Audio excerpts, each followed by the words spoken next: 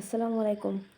আজকে আমি এই ভিডিওটি শুধুমাত্র আমাদের শিক্ষামন্ত্রী জনাব মিলন স্যারকে একটা রিকোয়েস্ট করার জন্য বানাচ্ছি যে আপনি যেভাবে এসএসসি, এইচএসসি পরীক্ষাগুলো নিপুণভাবে সম্পন্ন করতে যাচ্ছেন, সফলভাবে নকল দমন করার জন্য বিভিন্ন কেন্দ্রে হঠাৎ উপস্থিত হচ্ছেন, ঠিক তেমনি যদি আমাদের দেশের বিভিন্ন সরকারি স্কুল কলেজে পাঠদানের সময় একটু উপস্থিত হন, তাহলে দেখবেন আমাদের দেশের শিক্ষা সম্পর্কে আপনার ধারণা পাল্টে যাবে।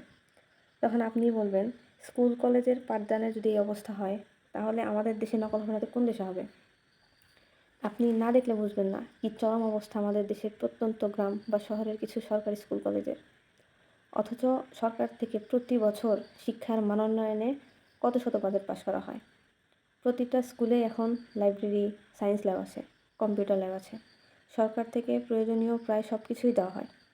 তারপরেও আমাদের দেশের বিভিন্ন স্কুল তো দূরে থাক, কলেজের বাচ্চারাও বিকার কোনটা ফাইনাল কোনটা চিনে না। লাইব্রেরিতে পর্যাপ্ত বই থাকা সত্ত্বেও পড়ার কেউ নেই, আর যারা পড়তে চায় তাদেরও নানা অজুহাত দেওয়া হয়। সবাই বলে এই জেনারেশন শুধু মোবাইল পাগল। আচ্ছা, এতে কি শুধু বাচ্চাদেরই দোষ? স্কুল কলেজে কয়জন শিক্ষক শিক্ষার্থীদের পাঠ্য বইয়ের বাহিরে সাহিত্যের জগৎ দেখায়? শুধু কি পাঠ্য বই গুরুত্বপূর্ণ? আমাদের সমাজের কয়জন অভিভাবকের সামর্থ্য আছে সিলেবাসের বাইরে বই কেনার? কলেজগুলোতে পর্যাপ্ত কম্পিউটার থাকতেও শিক্ষার্থীদের কম্পিউটার শিখতে বাইরে কোর্স করতে হয়। আচ্ছা, এই সব বাদই দেন, খোঁজ নিয়ে দেখেন এসএসসি দিবে এমন অনেক স্টুডেন্ট টেন্সের সবগুলো সূত্রই জানে না। প্রেজেন্ট ইনডিফিনিট থেকে প্রেজেন্ট পারফেক্ট টেন্সে গেলেই আর পারে না।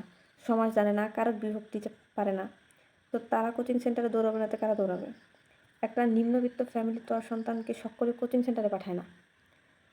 তাই আমাদের শিক্ষামন্ত্রী মিলন স্যারের কাছে আমার অনুরোধ, শুধু পরীক্ষা ব্যবস্থা না, দয়া করে আমাদের দেশের স্কুল কলেজের পাঠদানের প্রতি একটু নজর দিন। নইলে দেশের শিক্ষা ব্যবস্থা কোনোদিন উন্নত হবে না।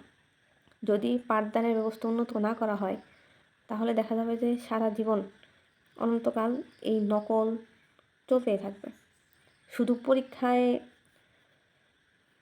শুধুমাত্র পরীক্ষার উন্নয়ন করলে তো হবে না, পাঠদান ও শিক্ষা ব্যবস্থারও যথাযথ উন্নয়ন প্রয়োজন।